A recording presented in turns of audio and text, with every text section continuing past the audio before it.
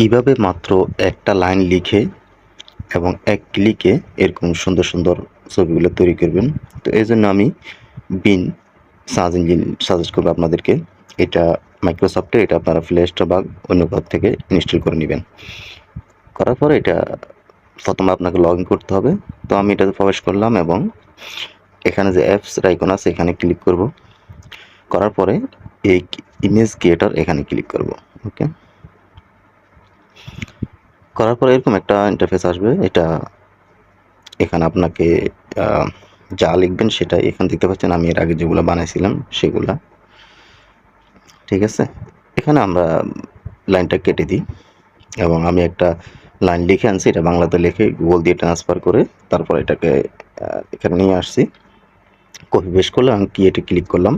আর এই লেখাটা আমি ভিডিওর অ্যাবাউটে দিয়ে দেবো ডিসক্রিপশনে, আপনারা ওখান থেকে নিয়ে এটা দিয়ে সেম লিখতে পারেন।